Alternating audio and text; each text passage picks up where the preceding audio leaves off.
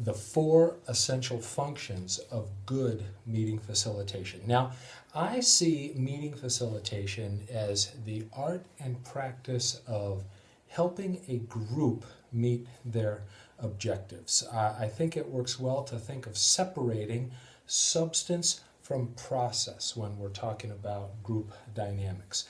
The facilitator manages the process, freeing up the participants to focus on the substance. And I'm going to talk about the 4 essential functions of facilitating that process. Here's what they are.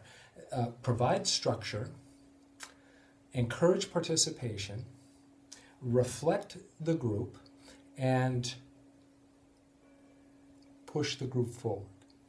Okay, the first one, provide structure.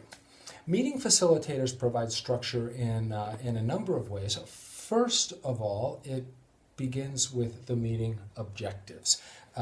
Good meeting facilitators are crystal clear on what is the purpose of the meeting or the discussion that they're facilitating, what is the problem to be solved, or the question to be answered. And then facilitators design a meeting process to achieve that objective. Not all meetings should be designed the same. When we're in a meeting, meeting facilitators do a number of things. They might have ground rules, essentially a set of agreements that the participants agree to follow and that the facilitator enforces that help people have a good meeting. Of course, good meetings have an agenda. There's some structure, specific topics with time allocations. Meeting facilitators call on people and provide structure in that way. A good meeting facilitator can always say where we are in the meeting. If anybody's confused about what it is we're supposed to be talking about or what we're making progress towards, the meeting facilitator provides structure in that way. Okay, the second thing, encourage participation. Many times, a meeting facilitator is hired for the very purpose of encouraging participation. If the group leader is at the same time facilitating the meeting, for one thing, they can't participate as fully as they could if they didn't have to worry about facilitating the meeting. So again, having that separate process function all by itself encourages participation. Meeting facilitators also encourage participation by calling on people and making sure that there's room for all views to be heard, but also allowing people to participate in different ways. Not everyone is comfortable raising a hand and speaking in a public meeting. So good meeting facilitators provide opportunities for paired discussions, small group discussions, provide opportunities for writing things on pieces of paper and handing them in, writing things on pieces of paper and then putting them up on the wall, and even advance collection of information before the meeting through surveys, phone calls, etc. In all number of ways, good meeting facilitators encourage participation because we know that the best idea can come from anywhere, and when there is full, equal, inclusive participation, that's when innovation happens, that's when creativity happens, that's when groups make their best decisions. A third basic function, essential function, I would say, of good meeting facilitation is to reflect back to the group. Meeting facilitators tell people what they're saying from a neutral perspective. We do that to individuals. Perhaps somebody makes a comment and I paraphrase back a summary of what they said, or perhaps there's 2 comments, 3 comments, 10 comments made in a row, and then the meeting facilitator summarizes back to the whole group the themes of what's being said. Meeting facilitators reflect back to the group using a number of techniques. One is oral report back. Here's what I hear you saying, these top 3 things. But we also reflect back by using the wall, maybe typing on a screen.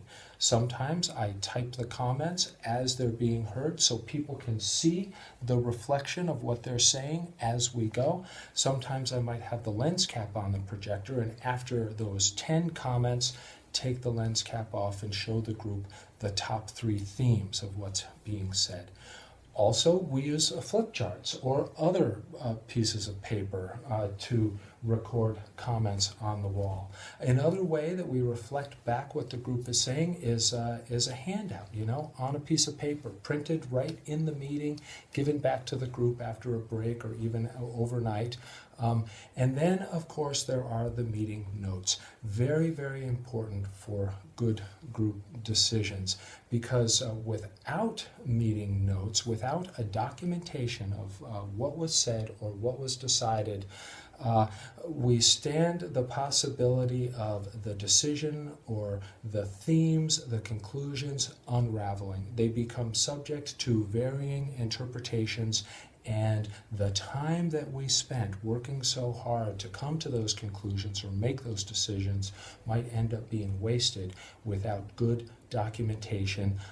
That too is a part of meeting facilitation. It helps the group meet their objective when we ensure that what was decided or what was concluded gets written down. A fourth thing that meeting facilitators do, another essential function I would say, is push the group forward.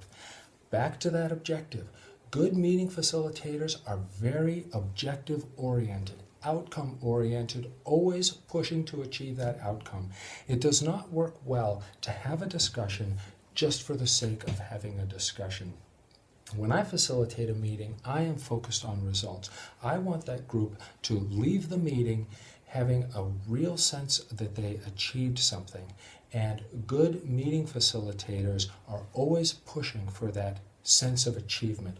One way that we do this is whenever we see an opportunity to capture a conclusion or move to the next agenda item, if that one has been done, we seize those opportunities. Let me talk about capturing conclusions for a moment. If I sense that there is group consensus or a conclusion, I say it and I write it on the wall.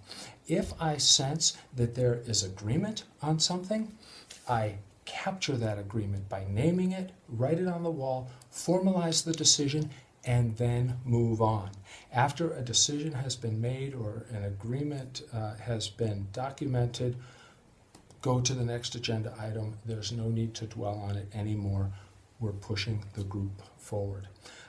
Another thing that happens is that somebody might make a suggestion to go forward by leaps and bounds, and normally as a meeting facilitator, my default position is capitalize on such suggestions and push the group forward by leaps and bounds, as long as it is in the direction of achieving the objective.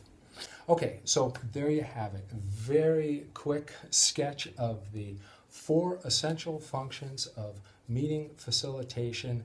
I believe that when meetings have good facilitators who perform these 4 essential functions, there's a very high likelihood that they are going to make good group decisions.